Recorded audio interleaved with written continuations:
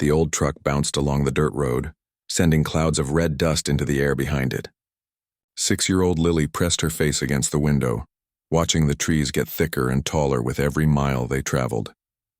In her small hands, she held on to her most precious possession, a soft blue blanket covered with yellow stars that glowed even in the dim light of the truck's cabin. "How much longer, Dad?" Lily asked for what felt like the 100th time that day. Her father, David, glanced at her through the rearview mirror with tired but patient eyes.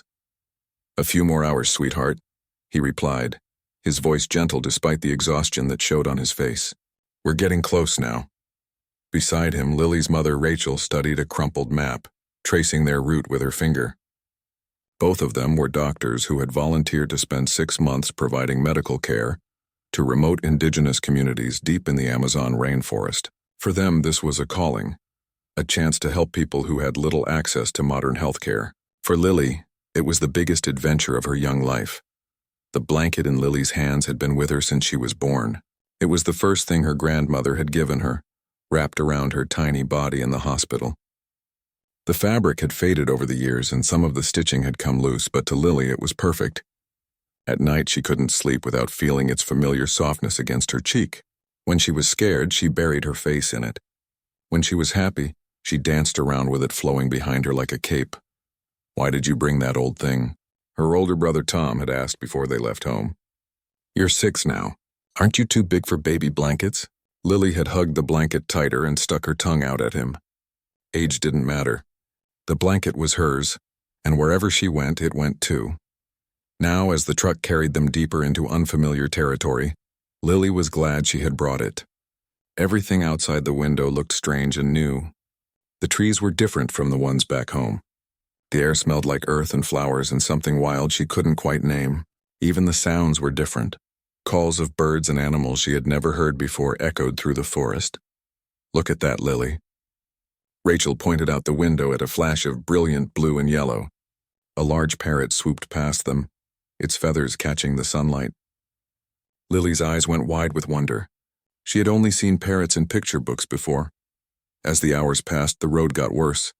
Sometimes it didn't even look like a road at all, just 2 tire tracks cutting through the wilderness.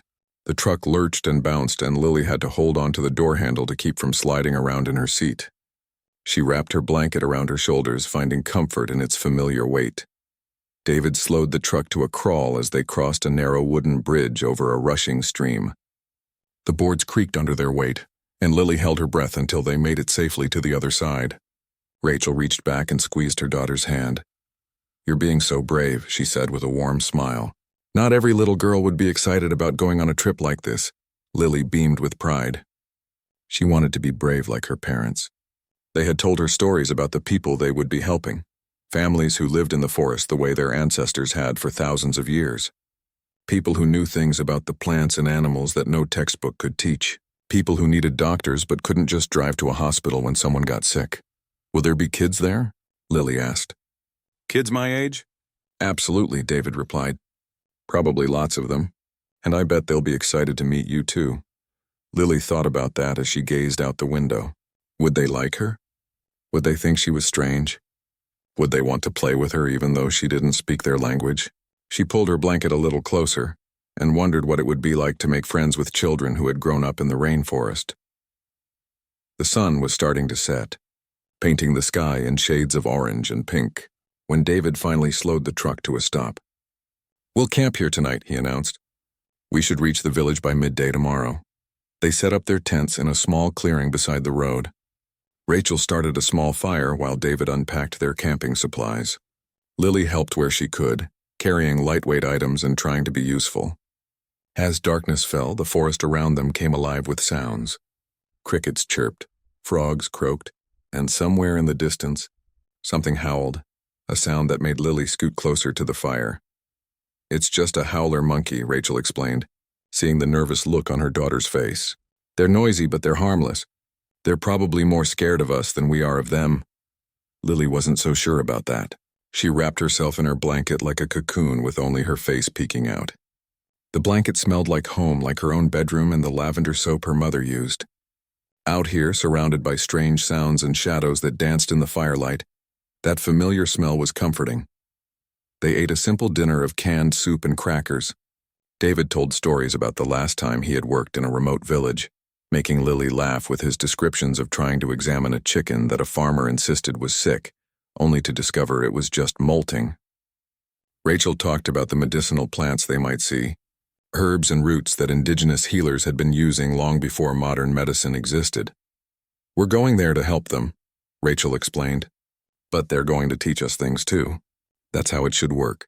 Everyone has something valuable to share." Lily listened, her eyelids growing heavy. The fire crackled and popped, sending sparks up into the dark sky where stars were beginning to appear. So many stars, more than she had ever seen back in the city where they lived. She tried to count them but kept losing track. "Time for bed, little one," David said, lifting her up and carrying her to their tent. He tucked her into her sleeping bag and she immediately pulled her blanket over herself as an extra layer. "Dad," she whispered as he was about to leave, "what if it's really cold where we're going?" "Then we'll bundle up and stay warm," he assured her. "Don't worry. We brought plenty of supplies." But Lily wasn't thinking about their supplies. She was thinking about the children in the village. Did they have warm blankets? Did they have soft, comfortable things to cuddle with at night? She had so many toys and books and clothes back home. What did the forest children have? These thoughts swirled in her mind as she drifted off to sleep, her fingers clutching the edge of her beloved blanket. Outside, the forest continued its nighttime symphony. The fire burned low, and the truck sat waiting, ready to carry them the final distance to a village where a small act of kindness would soon change everything. Tomorrow, Lily would wake up and continue her journey into the unknown. She had no idea that the blanket she held so tight, the simple piece of fabric that meant comfort and security to her, would soon mean the difference between life and death for someone else. She didn't know that her young heart was about to teach an entire community a lesson about generosity. She was just a 6-year-old girl on an adventure, wrapped in her favorite blanket, dreaming of stars. The journey had only just begun. The morning sun was already hot when Lily woke up. She could hear her parents moving around outside the tent, packing up their camping gear. She rubbed her eyes and carefully folded her blanket, placing it in her small backpack where she could reach it easily. Today was the day they would finally arrive at the village. After a quick breakfast of granola bars and water, they were back on the road. Lily noticed the forest was getting even thicker now. Giant trees stretched up so high she had to press her face against the window and look straight up to see their tops. Vines hung down like nature's curtains, and flowers in colors she had never seen before dotted the greenery. "We're almost there," Rachel said, checking her map one more time. She sounded excited and a little nervous at the same time. 20 minutes later, the truck emerged from the dense forest into a large clearing. Lily's mouth fell open at what she saw. In front of them was a village unlike anything she had ever imagined. Large round houses with thatched roofs made from dried palm leaves formed a perfect circle around a central open area. Smoke rose from cooking fires, and people, dozens of people, stopped what they were doing to watch the truck arrive. David slowly drove the vehicle to the edge of the village and turned off the engine. For a moment, nobody moved. The village people stared at them. Lily's family stared back. Then an older man with a dignified bearing and wearing a beautiful feathered headdress stepped forward, raising his hand in greeting. "That must be Chief Tano," Rachel whispered. "The aid organization told us he leads this community." They climbed out of the truck slowly, respectfully. David and Rachel had been trained on how to approach indigenous communities, with humility and patience. A younger man who spoke some English came forward to translate. His name was Paulo, and he had learned English from missionaries who had passed through years ago. "Welcome," Paulo said, speaking the chief's words. "We are grateful you have come to help our people." David shook the chief's hand warmly. "We are honored to be here. Thank you for allowing us to visit your home." While the adults talked, Lily stayed close to her mother, suddenly feeling shy. Children had begun to peek out from behind their parents in the houses. They were around her age, maybe younger, maybe older. They wore simple clothes, some just in shorts, others in hand-woven fabrics dyed in earth tones. Their skin was darker than hers, painted with red and black patterns that looked like art. Their feet were bare and tough from walking on the forest floor. One little girl, perhaps 7 or 8 years old, stepped forward. She had long black hair and curious eyes. She tilted her head at Lily, studying her like she was the most interesting thing in the world. Lily gave a small wave. The girl smiled and waved back. That simple gesture broke the ice. Soon, more children gathered around Lily, chattering in their own language. They pointed at her sneakers, clearly fascinated by them. One brave boy touched her blonde hair gently, as if checking whether it was real. Lily giggled, and the children giggled too. Laughter, she realized, sounded the same in every language. The chief led David and Rachel to a spot where they could set up their medical clinic. The village had prepared a covered area for them, a simple structure with a roof but open sides. It would protect them from the sun and rain while they worked. Lily helped carry some of the lighter medical supplies, feeling proud to be useful. Over the next few hours, Lily watched as her parents transformed the empty space into a functioning clinic. They set up a folding table, organized medicines and bandages, and prepared their equipment. Village members came by to watch, curious about all the strange tools and bottles. By afternoon, her parents had started seeing patients. An elderly woman came first, complaining of pain in her joints. A man arrived with a deep cut on his arm that needed cleaning and stitching. A young mother brought her baby who had a fever. Lily sat nearby, trying to stay out of the way but fascinated by everything happening around her. The village children had not forgotten about her. They kept coming by, bringing her things: a smooth stone, a pretty feather, a piece of fruit she had never seen before. Through gestures and giggles, they were trying to be her friends. Lily shared some crackers from her backpack, and they munched happily, making faces at the unfamiliar taste. As the sun began to set, the temperature dropped suddenly. It surprised Lily. She had thought the rainforest would be hot all the time, but now she understood why her parents had packed warm clothes. The evening air grew cool, almost cold. Mist began to rise from the forest floor, creating an eerie but beautiful effect. The village came alive in a different way as darkness approached. Fires were lit. Women prepared evening meals, and the smell of cooking filled the air. Roasted plantains, fish, and something else Lily couldn't identify but smelled wonderful. Men returned from hunting or gathering, carrying their findings. Children were called home by their mothers. Lily's family had been given a small hut to stay in during their time in the village. It was simple but clean, with hammocks instead of beds and woven mats on the dirt floor. As Rachel helped Lily settle in for the night, they heard a sound that made them both pause. It was a baby crying. Not the normal fussy cry of a hungry or tired infant, but a weak, concerning wail that made Rachel's doctor instincts kick in immediately. "Stay here," Rachel told Lily, but Lily was already following her mother outside. They didn't have to go far. In the hut next to theirs, they could see movement through the gaps in the woven walls. Rachel called for Paulo, who arrived quickly. Through him, she asked if everything was all right, if the baby needed help. Paulo spoke with the people inside, then turned back to Rachel with concern in his eyes. "The mother says the baby was born too early. 2 months too early. The baby is small and struggles to stay warm. They have tried everything." Rachel immediately offered to examine the baby, but the young mother was hesitant. Paulo explained that the tribe had their own ways, their own healers. They appreciated the doctor's presence but weren't sure about mixing traditional ways with modern medicine yet. Trust took time. That night, Lily lay in her hammock, wrapped in her beloved blanket, but she couldn't sleep. She kept hearing that baby's weak cry piercing the darkness. It sounded so sad, so fragile. She thought about how lucky she was. She had warm clothes, a cozy blanket, a home with heating when it got cold. That baby had nothing but thin cloth and its mother's arms. She pulled her blanket closer, breathing in its familiar scent. Through the walls of their hut, she could still hear sounds from the village. Someone was singing softly, probably the young mother trying to soothe her baby. Dogs barked in the distance.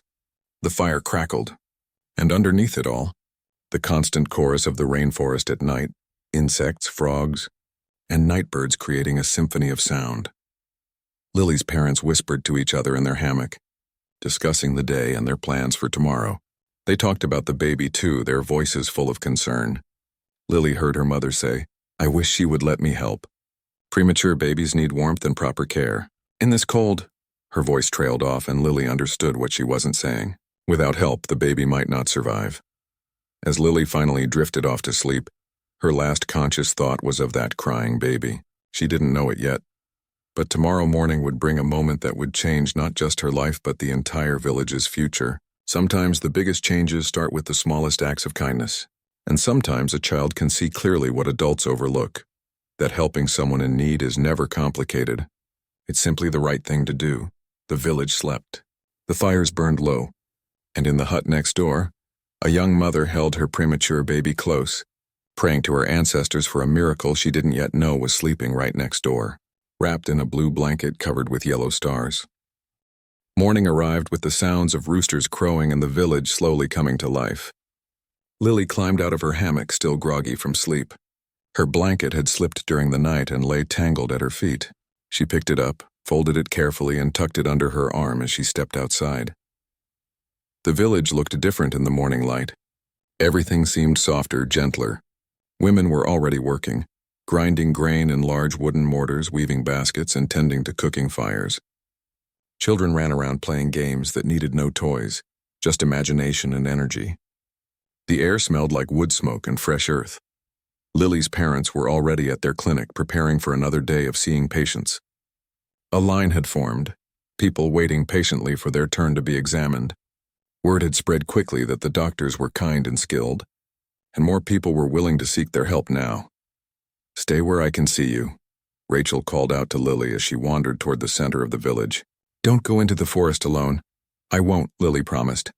She wasn't planning to go far anyway. She was more interested in watching the village women work. There was something mesmerizing about the way their hands moved as they wove baskets or prepared food, their fingers knowing exactly what to do without even thinking about it. A group of women sat together near one of the huts, and Lily drifted closer. They were working on something, their conversation flowing in their melodic language. Lily couldn't understand the words, but she understood the feeling. This was their time together. Like when her mom's friends came over for coffee and they would sit and talk for hours. That's when Lily saw her, the young mother from the night before. She looked so young, barely more than a teenager. She sat slightly apart from the other women, and in her arms was the tiniest baby Lily had ever seen.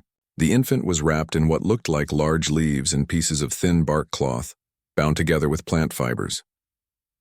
Lily moved closer, drawn by curiosity and concern. The baby's skin had a strange color, not healthy pink like babies should be, but almost blue around the lips and fingers. Even from a few feet away, Lily could see the infant shivering, despite being held close to its mother's chest. The young mother looked up and noticed Lily staring. For a moment, their eyes met. The mother's expression showed exhaustion and worry so deep it made Lily's heart hurt. But there was also fierce love there, a mother's love that would fight any battle for her child. Paolo happened to be walking by, and Lily tugged on his sleeve. "What's wrong with the baby?" she asked quietly. Paolo crouched down to Lily's level and spoke gently. "The baby's name is Kaya. She was born too early, too small. Her body struggles to stay warm enough." "Why doesn't she have a blanket?" Lily asked. It seemed like such a simple solution. Paolo sighed. 3 weeks ago, heavy rains came. The river flooded part of the village. Many things were destroyed, including the woven blankets the tribe makes for babies. They lost their stored materials too, the special plant fibers they use for weaving. It takes time to gather more from the forest, time to prepare them, time to weave them, and little Kaya doesn't have much time. Lily looked at the other women. Some of them glanced at the young mother and baby with sympathy and sadness in their eyes. They were clearly worried too, but what could they do? Resources in the village were limited. Every family had barely enough for themselves. "What about regular blankets?" Lily asked. "Like the ones from stores?" Paolo smiled sadly. "The nearest town is 2 days' journey from here, and even if someone could make that trip, blankets cost money the tribe doesn't have. They live from the forest, from hunting and gathering. They trade sometimes with other villages, but money is rare here." Lily watched as the young mother tried to warm her baby by breathing on the tiny fingers, rubbing them gently between her hands. Other women had given advice. Wrap the baby tighter, keep her close to the fire but not too close, feed her more often. But nothing seemed to be working. Kaya remained cold, her small body unable to regulate its own temperature. The baby let out a weak cry, and it struck Lily how different it sounded from yesterday. Quieter, more tired. Like Kaya was running out of strength to even cry anymore. The young mother started humming a soft tune, rocking back and forth, her eyes closed as if in prayer. An older woman, perhaps the baby's grandmother, brought more leaves and bark cloth. trying to add extra layers. But these natural materials, while better than nothing, weren't meant for keeping premature babies warm. They weren't soft or thick enough. Air flowed through them too easily. Lily stood there watching, feeling helpless. She was just a kid. What could she possibly do to help? But the sight of that shivering baby bothered her in a way she couldn't explain. It felt wrong. It felt unfair. Back home, every baby had soft blankets, warm clothes, heated homes. Here, this tiny baby had nothing but leaves and bark. She thought about her own blanket, safely tucked in the hut where she was staying. Her soft, warm, comfortable blanket that had kept her cozy for 6 years. Her blanket that meant safety and comfort and home. But she was 6 years old now. Tom had been right about that. Maybe she was getting too big for baby blankets anyway. And besides, she had warm clothes, a sleeping bag, and a hut with walls to block the wind. She didn't really need the blanket anymore. Not like baby Kaya needed it. The thought formed in her mind so clearly it was almost like someone had whispered it to her. Give her your blanket. But Lily hesitated. That blanket was her most precious possession. It was from her grandmother who lived far away and who she only saw once a year. It had been with her through every important moment of her young life. Her first day of school, the night she lost her first tooth, the time she was sick with flu and felt terrible. Could she really give it away? She looked at baby Kaya again. The infant's tiny chest moved up and down rapidly, working hard to breathe. Her small fingers curled into fists, trembling, and Lily knew with absolute certainty what she had to do. Without saying a word to anyone, Lily turned and ran back to her family's hut. Her heart pounded as she dug through her backpack and pulled out her blanket. She held it to her face one last time, breathing in its familiar smell, feeling its softness against her cheek. Goodbye, she whispered to it. You're going to help someone now, someone who really needs you. Then she ran back to where the women were gathered. Some of them had dispersed to do other tasks. But the young mother still sat there holding Kaya, looking more tired than anyone should ever look. Lily walked right up to her, holding out her blanket with both hands. The young mother looked confused, not understanding what this foreign child wanted. Lily gestured, trying to explain without words. She pointed to the baby, then to her blanket, then made a motion like wrapping something up. Paolo noticed what was happening and came over quickly. He spoke to the young mother in their language, explaining what Lily was offering. The mother's eyes went wide. She looked at the blanket, then at Lily, then back at the blanket. She said something rapidly, and Paolo translated. She says she cannot accept such a gift. She can see this blanket means much to you. But Lily was already placing the blanket over baby Kaya, tucking it gently around the tiny body. Baby needs it more than me, she said simply. She's cold. I have other warm things. The young mother's eyes filled with tears. She said something else, her voice breaking with emotion. Paolo's own voice was thick when he translated. She says you have the heart of a grandmother. She asks why you would give away something so precious to a stranger's baby. Lily thought about this question. Why was she doing this? She wasn't entirely sure she could explain it even to herself. Finally, she said, because it's the right thing. Because I can help, so I should help. The words seemed simple, but they carried a weight that everyone present could feel.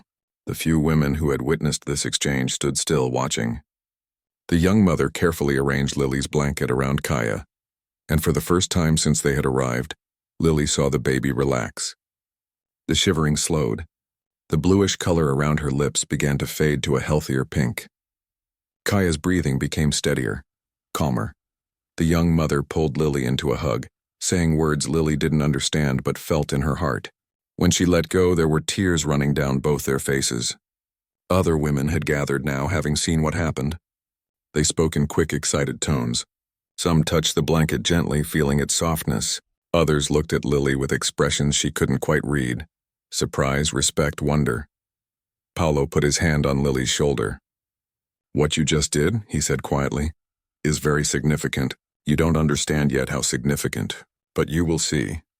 Lily didn't feel like she had done anything particularly special. She just saw someone who needed help and she helped them. Wasn't that what people were supposed to do? Wasn't that what her parents had taught her? To be kind, to share, to think of others? As she walked back to watch her parents work at the clinic, Lily felt different, lighter somehow, despite having given away something she loved. She kept looking back at the young mother and baby Kaya, now wrapped in the blue blanket with yellow stars. The baby had stopped crying and seemed to be sleeping peacefully for the first time since they had arrived. That night, Lily slept without her blanket for the first time in 6 years.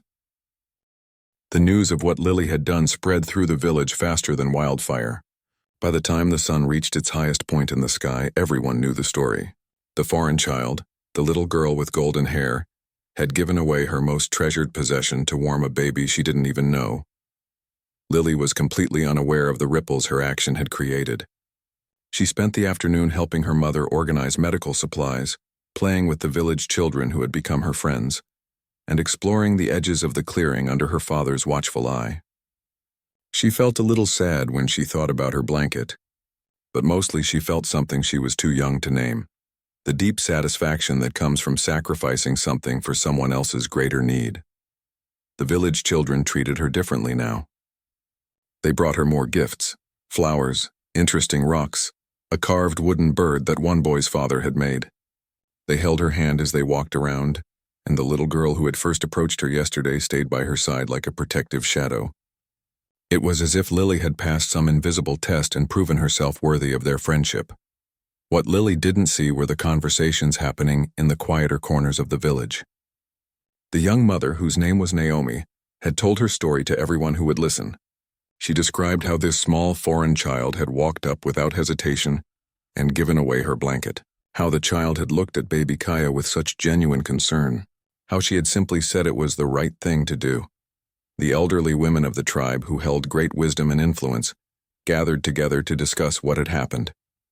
Paolo later told David and Rachel bits and pieces of what was being said, though even he didn't know everything. "They're calling it a sign," Paolo explained as they took a break from seeing patients.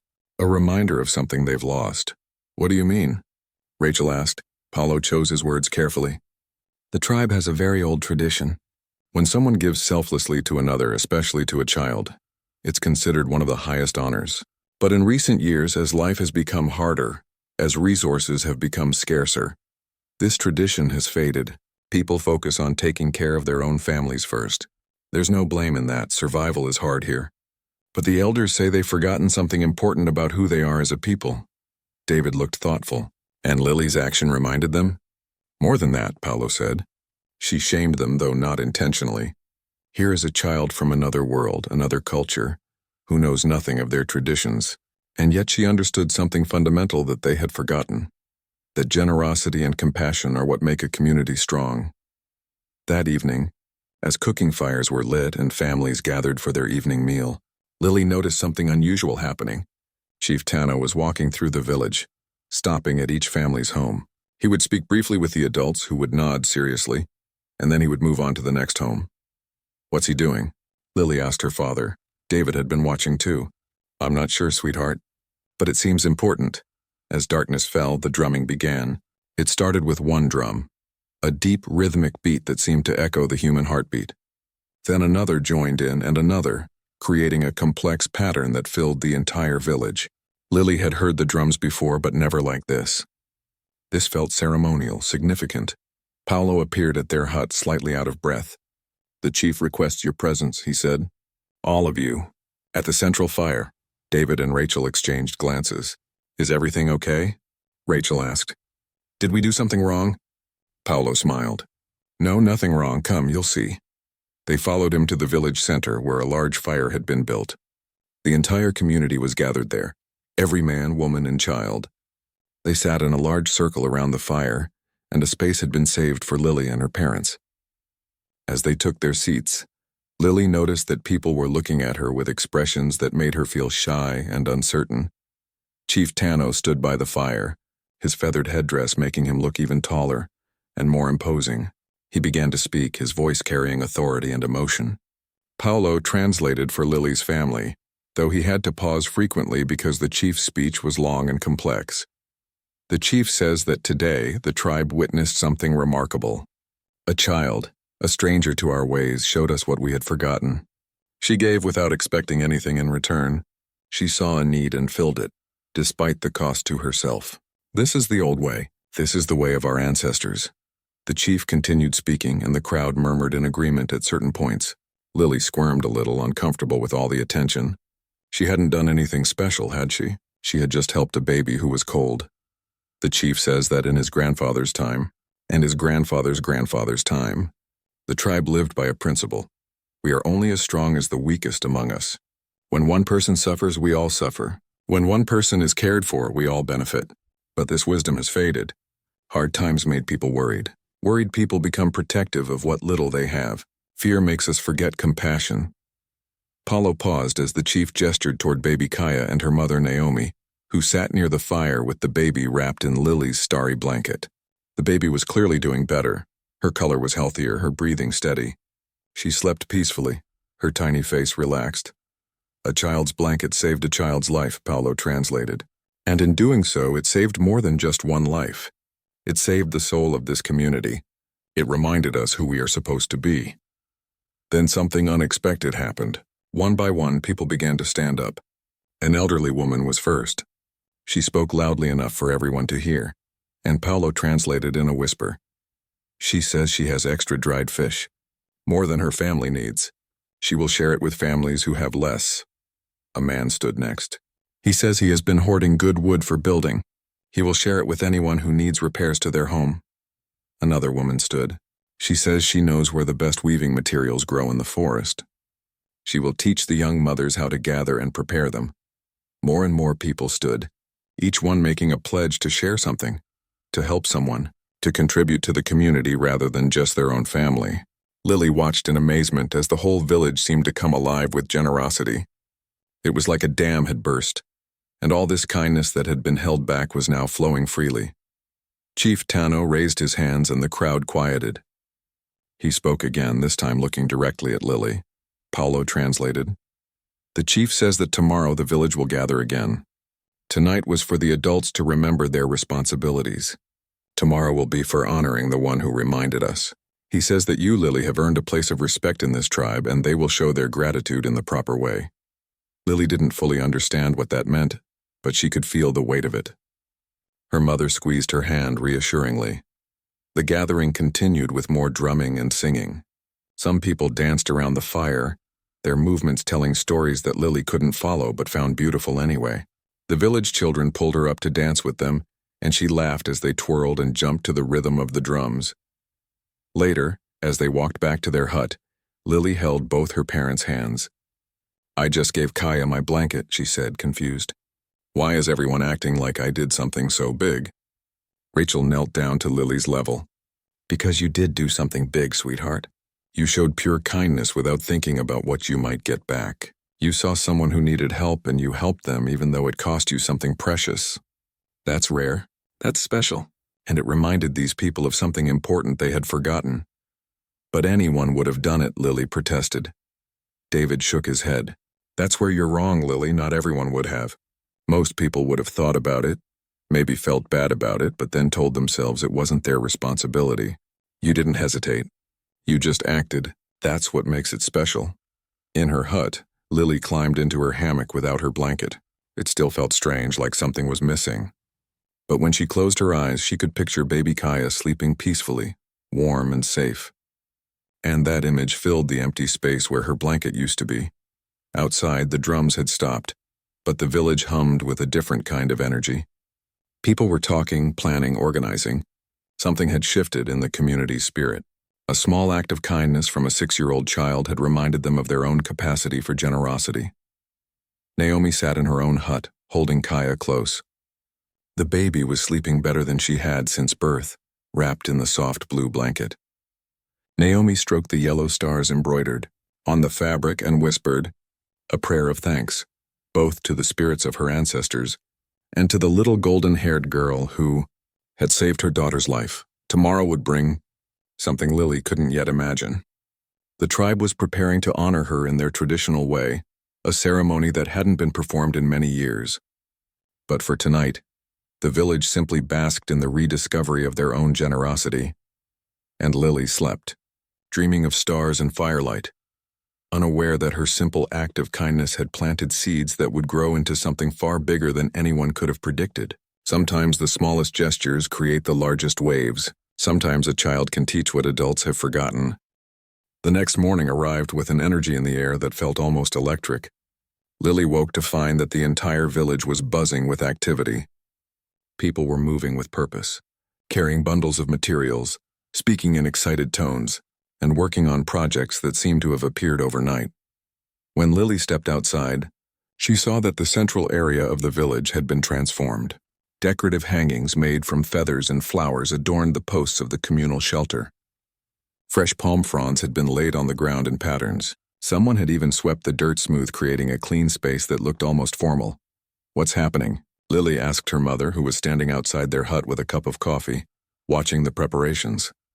"I think they're preparing for some kind of ceremony," Rachel said. "Paulo said it's in your honor, but he was very secretive about the details." Lily felt her stomach flip with nervousness. She didn't like being the center of attention. She tugged on her mother's sleeve. "Can't we just tell them thank you and that they don't need to do anything special?" David emerged from the hut, having overheard. "I don't think it works that way, kiddo. In their culture, giving and receiving honors is important. It's how they show respect and maintain social bonds. We should accept whatever they want to do graciously."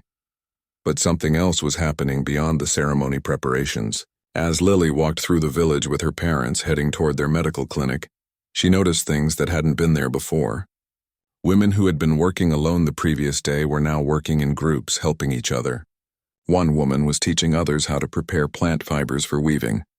Another group was sorting through baskets of food, apparently organizing a system to share resources more efficiently.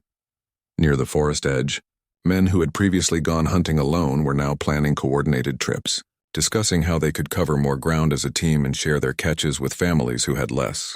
Young people were repairing an elderly woman's hut, patching holes in the roof and reinforcing weak walls. The whole village had come alive with cooperation and mutual support in a way that seemed different from before. Paulo noticed Lily and her family watching and came over to explain. "What you're seeing," he said with a smile, "is the ripple effect of what you did, Lily." Last night after the gathering, the elders called a special meeting. It lasted until very late. They didn't just talk about being more generous. They created actual plans, systems to make sure no one goes without while others have plenty. "All because she gave away a blanket?" David asked, his voice full of wonder. Paulo nodded. "It's not just about the blanket. It's about what the blanket represented. For months, maybe years, people in this village have been struggling individually. They were so focused on their own family's survival that they forgot the strength that comes from community. Your daughter reminded them. And once reminded, they couldn't ignore it anymore." As if to prove his point, a group of women called out to Naomi, baby Kaya's mother. She had been sitting alone as usual, but now they were inviting her to join them. Lily watched as the young mother, looking surprised and grateful, walked over with Kaya still wrapped in the blue blanket. The women made space for her in their circle and immediately began including her in their work and conversation. One woman brought her food. Another gently touched Kaya's head in blessing. Naomi had been an outsider in her own village, a young single mother whose baby's father had died before Kaya was born. In her grief and struggle, the community had let her drift to the edges. But now they were pulling her back in, remembering that she was one of them and deserved support. Lily felt her throat get tight with emotion. She didn't fully understand all the complex social dynamics at play, but she understood enough to know that something beautiful was happening. Her small act had somehow unlocked something in these people's hearts. The morning passed with Lily helping her parents at the clinic while also keeping an eye on all the activity in the village. Patients came and went, the usual mix of minor injuries, chronic aches, and illnesses that needed attention. But even here, there was a difference. People were more patient with each other while waiting. Those who finished their appointments would stay to help translate or comfort others who were nervous about seeing the doctors. Around midday, Chief Tano himself approached the clinic. He spoke with Paulo, who then turned to Lily's family. "The chief says the ceremony will begin at sunset. He asks that Lily wear something nice if she has it, as this is a formal occasion."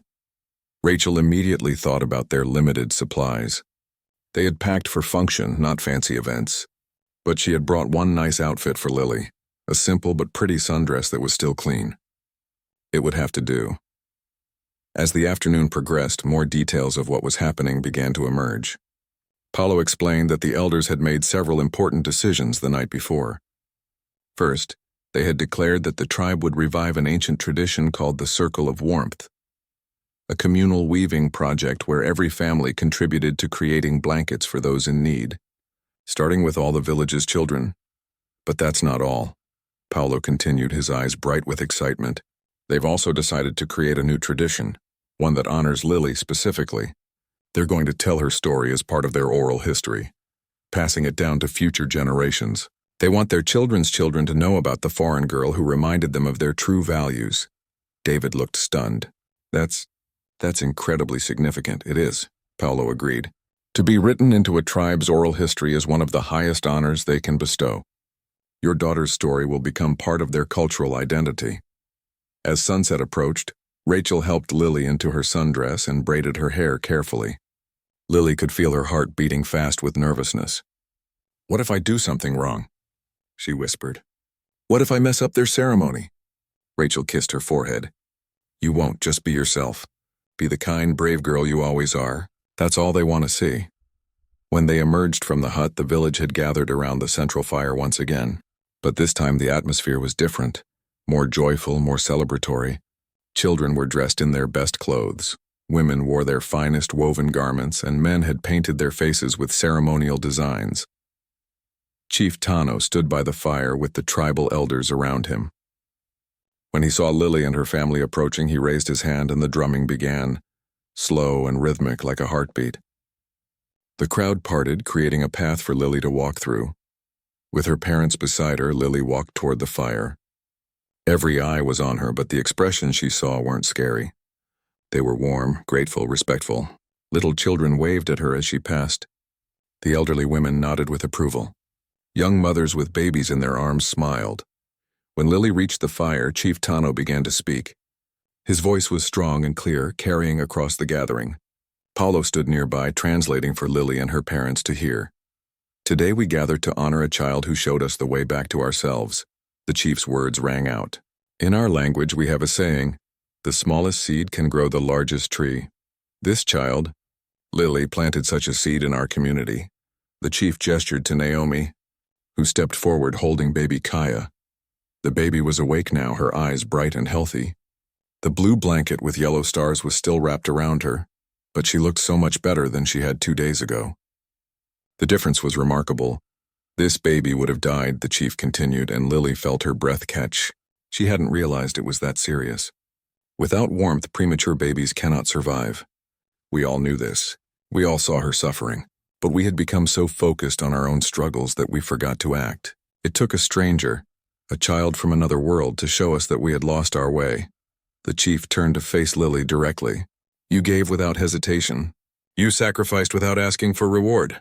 You saw a need and filled it even though you owed us nothing. This is the mark of true wisdom, the kind that comes from the heart, not the head." Paolo's voice wavered slightly as he translated the next part. "Because of you, we have remembered who we are. We have restarted traditions we had let die. We have reconnected with each other in ways we had forgotten. You have given us back our community spirit. And for this we are forever grateful." The gathered crowd began to hum, a low, harmonious sound that built and swelled. It was their traditional way of showing agreement and approval, Paolo had told them earlier. The sound was powerful, almost overwhelming. Then something wonderful happened. One by one, families began to come forward. Each brought something, a gift for Lily, a carved wooden bird from one family, a necklace made from seeds and shells from another, a woven bracelet, a basket of exotic fruits, a beautiful feather. The gifts piled up until there was a small mountain of treasures at Lily's feet. "They're giving back," Rachel whispered, tears in her eyes. She gave them one gift and they're returning it multiplied. But the ceremony wasn't over yet. Chief Tano raised his hand and the crowd fell silent. He spoke again, his words heavy with meaning. Paolo translated, "Tomorrow morning something special will be presented to Lily. Something that takes time to create. Tonight was for words and promises." Lily woke to the sound of singing. It wasn't the usual morning sounds of the village, roosters crowing or people starting their daily work. This was different. Multiple voices blended together in harmony, creating a melody that was both foreign and somehow comforting. She climbed out of her hammock and peeked outside. The sun was just beginning to rise, painting the sky in shades of pink and orange. A group of women stood in a circle near the central fire, singing while they worked on something Lily couldn't quite see. Their hands moved in synchronized motions, weaving or braiding or creating something important. Rachel was already awake, sitting outside with her morning coffee.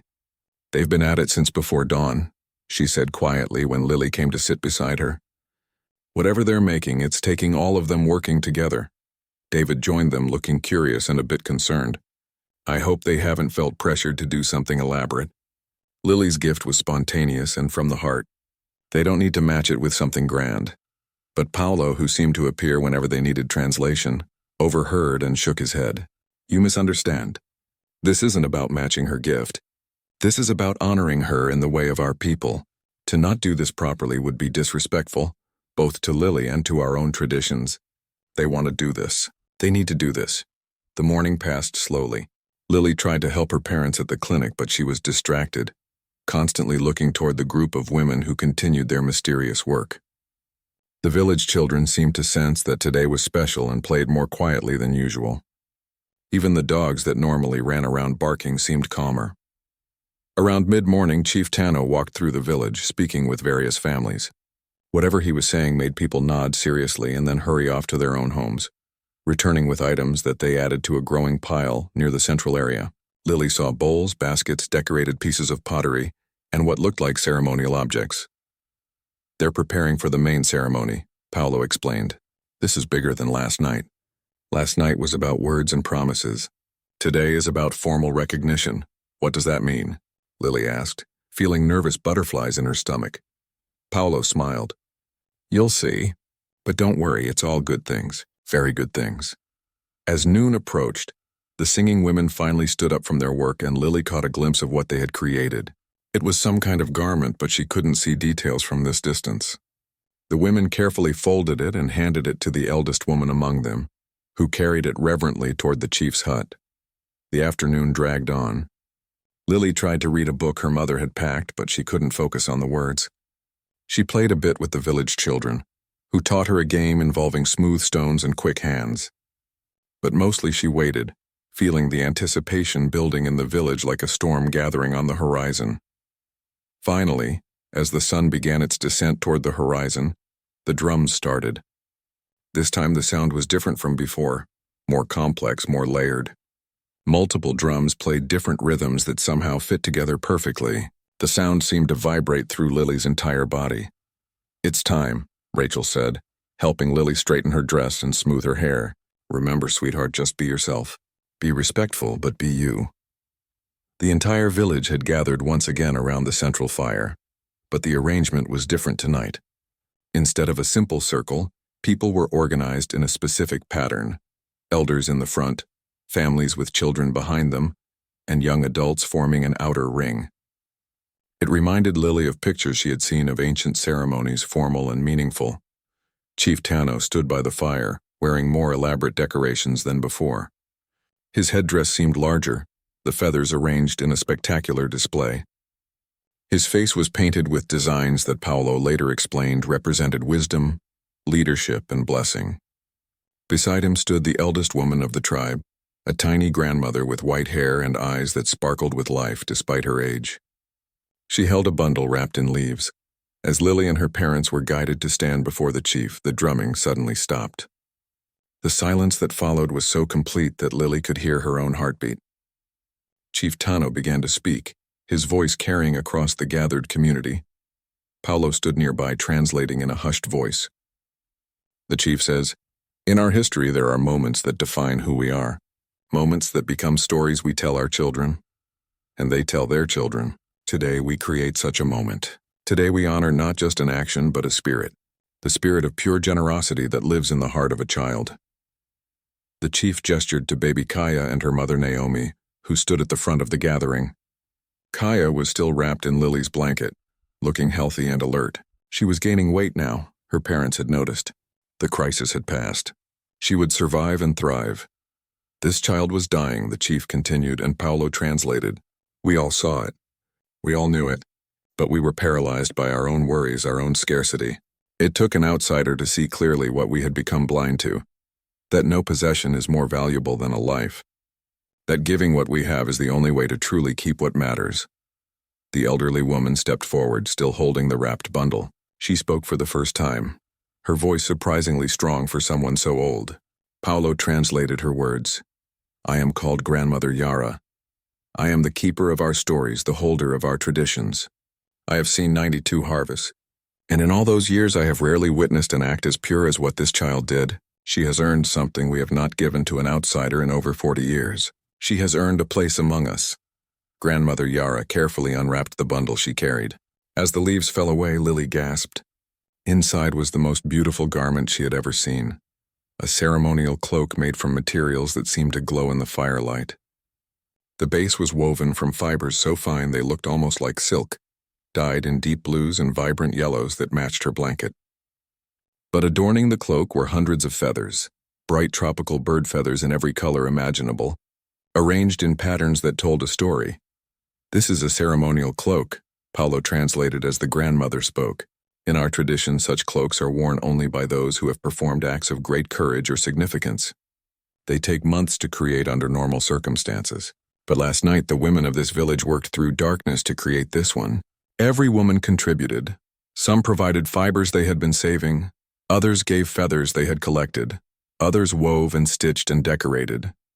This cloak represents the combined effort and gratitude of our entire community. The grandmother approached Lily, who stood very still, hardly daring to breathe. With gentle hands, the old woman placed the cloak around Lily's shoulders.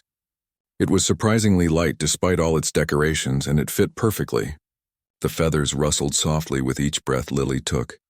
You are now one of us, the grandmother said, and Paolo translated with emotion in his voice. You are Kusuri, a little star who shares light. This is your name among our people. This cloak is yours to keep, to remember us by, to remember this moment. But more than that, it represents a promise. Chief Tano stepped forward again. We promise that your example will not be forgotten. We promise that what you reminded us of, the power of selfless giving, will be passed down through generations. Your story will be told around fires for years to come. Children not yet born will hear of Kusuri and learn from her example. Then something happened that Lily hadn't expected. The chief reached into a woven bag at his side and pulled out her blanket. The blue blanket with yellow stars that she had given to baby Kaya. It had been washed and carefully folded. He held it out to her. Wait, Lily said, confused. But that's for Kaya, she needs it. Paolo translated her words, and a murmur of approval rippled through the crowd. The chief smiled, the first time Lily had seen him truly smile, and spoke. Paolo translated, The chief says this is why you are being honored. Even now you think of the baby first. But do not worry. While the women made your cloak, others were busy with a different project. They want to show you. At a signal from the chief, several women stepped forward. Each one carried a blanket.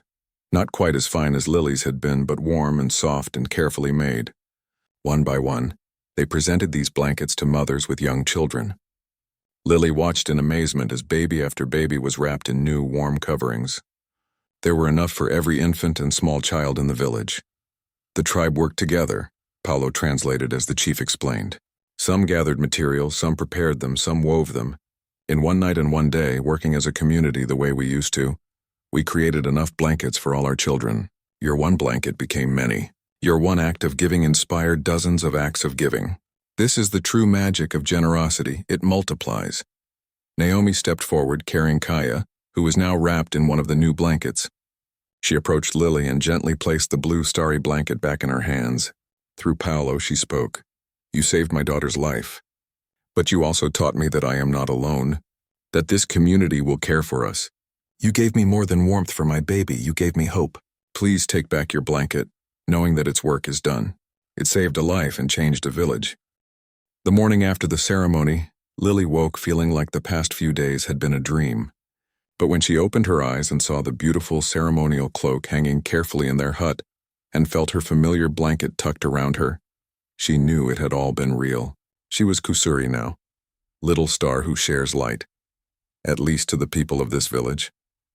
She expected things to return to normal, but the village had other plans. When she stepped outside, she noticed that something fundamental had shifted. The change wasn't just in how people looked at her, though there was definitely more warmth and recognition in their eyes. The real change was in how people were treating each other. The communal area buzzed with organized activity. What had started as a spontaneous revival of generosity had transformed into something more structured, more intentional. Women had formed a weaving cooperative, meeting each morning to work together on blankets and other needed items. Men had organized hunting parties that shared all catches equally among families. Young people had taken responsibility for helping elders with repairs and daily tasks. Paulo found Lily and her family at breakfast and seemed excited to share news. "You won't believe what happened last night after you went to sleep?" he said, his eyes bright. The Council of Elders met again. "They've made some incredible decisions." David set down his coffee cup, interested. "What kind of decisions?" "First, they've officially revived the Circle of Warmth tradition," Paulo explained. "But they've expanded it beyond just blankets. Now it includes sharing food, helping with childcare, pooling resources for the sick and elderly. They've created specific responsibilities for different groups: younger women teaching new mothers, experienced hunters training the younger ones, elders sharing medicinal knowledge with anyone who wants to learn." Rachel looked amazed. "They've essentially restructured their entire social support system." "Yes," Paulo nodded enthusiastically. "But there's more. They've decided to reach out to neighboring villages, 3 other communities within a few days' journey. They want to share what happened here, to inspire other tribes to revive similar traditions. They're talking about creating an intertribal network for sharing resources during hard times." Lily listened, trying to process what this meant. Her simple act of giving away a blanket was somehow still creating ripples, spreading wider than she could have imagined. "And," Paulo continued, looking at Lily with a smile, "they've decided to create a new annual celebration. Every year on the anniversary of the day you gave your blanket to baby Kaya, the tribe will hold the Festival of the Generous Heart. It will be a day focused on giving, on helping those in need, on remembering what truly matters." "They're making a festival because of me?" Lily asked, her voice small with disbelief. "Because of what you did," Paulo corrected gently. "Because you reminded them of something precious they had lost. They don't want to forget again." Over the following days, Lily and her family witnessed the transformation continue to unfold. The village that had seemed somewhat disconnected when they first arrived now hummed with cooperation and mutual support. But what surprised everyone most was that the changes weren't just internal to the community. Chief Tano had sent messengers to the 3 neighboring villages, inviting their leaders to visit and see what had happened. When the first chief arrived 3 days later, the entire village gathered to tell the story. Lily sat with her parents, wearing her ceremonial cloak. As the tale was recounted, the visiting chief listened with growing interest as the story was told. How a foreign child had given her only blanket to save a dying baby. How this act had awakened the village's dormant generosity. How traditions had been revived and strengthened. He examined the blankets the women had made, spoke with families about how the new systems were working, and spent a long time in conversation with Chief Tano. Before he left, the visiting chief approached Lily. "Through Paulo," he said, "what you did here echoes in my heart. My village has also forgotten the old ways of caring for each other. I will bring your story back to my people. Perhaps it will awaken them as it has awakened these friends." Similar scenes played out when chiefs from the other 2 neighboring villages arrived. Each came skeptical but left inspired. Each promised to share the story and attempt to revive similar traditions in their own communities. The ripples continued to spread. But perhaps the most unexpected response came from the youngest members of the tribe. The children who had witnessed everything and participated in the ceremonies began creating their own version of generosity. They formed what they called the Little Stars Circle, a group dedicated to helping others in small ways. They would gather firewood for elderly villagers, help carry water, play with babies to give mothers a break, and look for anyone who might need assistance. Lily was invited to join them, and she did, though she was only there for a few more weeks. She loved being part of this group of children who had learned that they weren't too young to make a difference. They would meet each morning, discuss who might need help that day, and then split up to complete their chosen tasks. It was like a game, but one with real purpose and real impact. One afternoon, while Lily was playing with some of the children near the forest edge, Grandmother Yara called her over. The old woman had become fond of Lily and often sought her company. "Come, Kusuri," she said, using Lily's tribal name. "I want to show you something." She led Lily to a quiet spot beneath a large tree, where several women were working on an unusual project. They were creating what looked like a large tapestry, woven from various fibers and decorated with shells, seeds, and dyed threads. "This is the memory wall," Grandmother Yara explained through Paulo, who had followed them. "Our tribe keeps records not in books but in woven stories. This piece will hang in the communal house and tell your story for generations to come." Lily looked at the tapestry more closely and recognized elements from her experience. A figure that was clearly meant to be her, holding a blue blanket covered with yellow stars. Another figure representing baby Kaya, symbols showing the village coming together. It was beautiful and detailed, and seeing her story translated into this artistic form made Lily's throat tight with emotion. "Every child born in this village will learn to read this tapestry," the grandmother continued. "They will hear the story of Kusuri and understand that even the smallest person can create great change. Your example will teach children who haven't even been born yet." That evening, as Lily's family sat together outside their hut, watching the sunset paint the sky in brilliant colors, David pulled out his journal. He had been documenting their experiences, planning to share them with the medical organization that had sent them here. "You know," he said thoughtfully, "we came here to provide medical care, to heal bodies. But Lily, you've done something even more remarkable. You've helped heal a community spirit." Rachel nodded. "The medical work we're doing is important and it will help people. But what you started will continue long after we're gone. These systems they're putting in place, these revived traditions, the inspiration spreading to other villages. That's going to help countless people for years to come." Lily didn't quite know what to say. She still felt like she had just done the obvious thing, the only thing that made sense. But she was beginning to understand that obvious kindness wasn't as common as it should be, and that when it did appear, it had power to create change far beyond the initial action. The weeks passed quickly. Lily's parents completed their medical mission, treating hundreds of patients and training some village members in basic healthcare practices. But everyone knew that when people talked about this visit years later, the medical care wouldn't be the main story. The main story would be about a 6-year-old girl in a blue blanket with yellow stars. On their last evening in the village, another ceremony was held, this time a farewell gathering. The entire community came together to say goodbye. There were tears, especially from the children who had become Lily's friends. Gifts were exchanged, more crafts and foods for Lily's family to take home, and modern supplies that David and Rachel left behind for the village. Baby Kaya was there, now noticeably bigger and healthier, a thriving infant who bore no signs of her difficult start.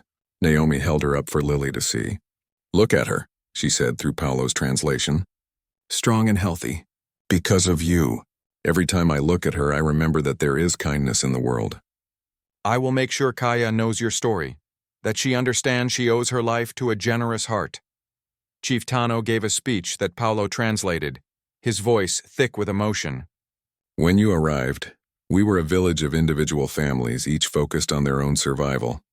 When you leave, we are a true community again, caring for each other as our ancestors did. You have given us back something we didn't even realize we had lost. For this, we are eternally grateful." Grandmother Yara had the final words of the evening. "Kusuri, little star who shares light, you have lived up to your name. You brought light into our darkness. You reminded us that we are strongest when we share, richest when we give, and most ourselves when we care for others. Go home knowing that you will never be forgotten here. Your story is now our story. Your lesson is now our way." 3 years had passed since that transformative visit to the Amazon village. Lily was 9 now, taller and older, but the experience had stayed with her like a permanent mark on her heart. The ceremonial cloak hung in her bedroom at home, carefully preserved in a special case her parents had bought for it. Beside it, folded neatly on a shelf, was her blue blanket with yellow stars, faded and worn but still precious. Life had returned to normal in many ways. Lily went to school, played with friends, did homework, and dealt with all the usual challenges of growing up. But there was something different about her that her teachers and friends noticed. She had a depth of understanding about giving and community that seemed unusual for someone so young. When her school did charity drives, Lily was always the first to contribute and encourage others. When someone needed help, she was there without hesitation. The story of what happened in the Amazon had spread beyond just Lily's family. David and Rachel had written a detailed report for the medical organization that sponsored their trip. That report had been shared with other volunteer groups, then picked up by a small non-profit newsletter, and eventually found its way to a journalist who recognized the power of the story. An article was published, then another. A documentary filmmaker heard about it and decided to visit the village to see what had happened in the years since Lily's visit. What she found amazed her, and eventually amazed the world. The documentary, titled "The Blanket That Changed Everything," premiered at a small film festival and quickly gained attention. It showed the village not as it was when Lily visited, but as it had become. The circle of warmth tradition was thriving. The community had grown stronger and more prosperous through cooperation. Other villages had indeed adopted similar practices, creating a network of mutual support across the region. The filmmaker had interviewed Chief Tano, who was older now but still strong. Before Kusuri came, he said in the film, we were surviving but not thriving. We had forgotten that community is not just about living near each other, it's about caring for each other. The child reminded us, and we have not forgotten again. She interviewed Naomi, who was now a confident young woman training to be a traditional healer. Baby Kaya was a healthy, energetic 3-year-old who ran around the village with boundless energy. Every day I am grateful, Naomi said in the documentary. Not just that my daughter survived, but that her survival brought our community back to life. She was saved by more than a blanket. She was saved by the kindness of a child who barely knew her. The documentary showed the annual Festival of the Generous Heart, now in its 3rd year. The entire village celebrated with ceremonies, feasting, and a special focus on helping those in need. Children performed plays telling Lily's story, each generation putting their own spin on it but keeping the core message intact, that giving with a pure heart creates ripples that spread far beyond what we can see. Perhaps most surprisingly, the documentary revealed that the story had inspired action far beyond the Amazon. The weaving cooperative had grown into a small business, selling traditional blankets and crafts to fair trade organizations. The income helped the village become more self-sufficient while preserving their traditional skills. Part of every sale went into a community fund used to help villagers in need. When the documentary was released more widely, something unexpected happened. It went viral online. People around the world were moved by the simple story of a child's generosity and the community transformation it sparked. Comments poured in from viewers saying they were inspired to be more generous in their own lives. Schools began using the story as a teaching tool. Churches and community organizations held discussions about what they could learn from the tribe's experience. The phrase, "be like Kusuri," started appearing on social media, encouraging people to act with pure-hearted generosity. Lily watched all of this unfold with a mixture of pride, embarrassment, and wonder. She gave interviews occasionally, always feeling shy about being in the spotlight but wanting to honor the village that had honored her. When asked what she wanted people to take away from her story, she always gave the same simple answer. Just help when you see someone who needs it. It's not complicated. But perhaps the most meaningful development came in the form of letters. The village had limited access to modern communication. But with the help of aid workers and Paulo, who still visited regularly, they found a way to send messages to Lily. These letters, painstakingly translated from their language to English, arrived every few months and were treasures Lily kept in a special box. Grandmother Yara wrote to tell her that the memory tapestry was complete and hung in the place of honor in the communal house. She described how children would gather around it, tracing the figures with their fingers while learning the story. You are part of our living history now, she wrote. Forever young, forever generous, forever remembered. Naomi wrote about Kaya's growth, including small details that made Lily smile. How Kaya loved to dance, how she was curious about everything, how she showed kindness to younger children. She carries your spirit without knowing you, Naomi wrote. When she is old enough to understand, I will tell her everything. I will tell her that kindness saved her life. The village children, members of the Little Star Circle, sent group letters describing their activities. They had inspired similar groups in the neighboring villages. Now dozens of children across the region were organized to help their communities, all inspired by the story of what one child had done. Even Chief Tano wrote once, his letter formal but warm. The seed you planted continues to grow, he wrote. Its roots spread deep, its branches reach wide. You taught us that tradition is not about staying the same. It is about remembering what matters and finding new ways to live those values. We are better people because you were here. We are a better community because you showed us the way. At school, Lily's teacher asked her to share her experience with the class. Standing in front of her peers, Lily struggled to explain what it had meant. How could she describe the feeling of seeing baby Kaya shivering? The impulse to help that came from somewhere deeper than thought. How could she make them understand that the real magic wasn't in her giving, but in how the community had responded to that giving? I think the most important thing I learned, Lily told her classmates, is that we all have more power than we realize. I was just 6 years old. I didn't have money or special skills. I just had a blanket. But that was enough to make a difference. So whatever you have, your time, your talents, your stuff, it's enough to help someone if you choose to use it that way. One of her classmates raised a hand. But weren't you sad to give away your blanket? It was special to you. Lily nodded honestly. I was sad at first. But then I saw baby Kaya getting warmer and healthier, and I felt something better than sad. I felt useful. I felt like I had done something that really mattered, and that feeling was worth more than keeping the blanket just for myself. Her teacher, Mrs. Patterson, had tears in her eyes. Thank you for sharing that, Lily. I think you've taught us all something important today. That presentation sparked something in Lily's school. Students organized a blanket drive for homeless shelters in their city. They collected over 200 blankets in 2 weeks.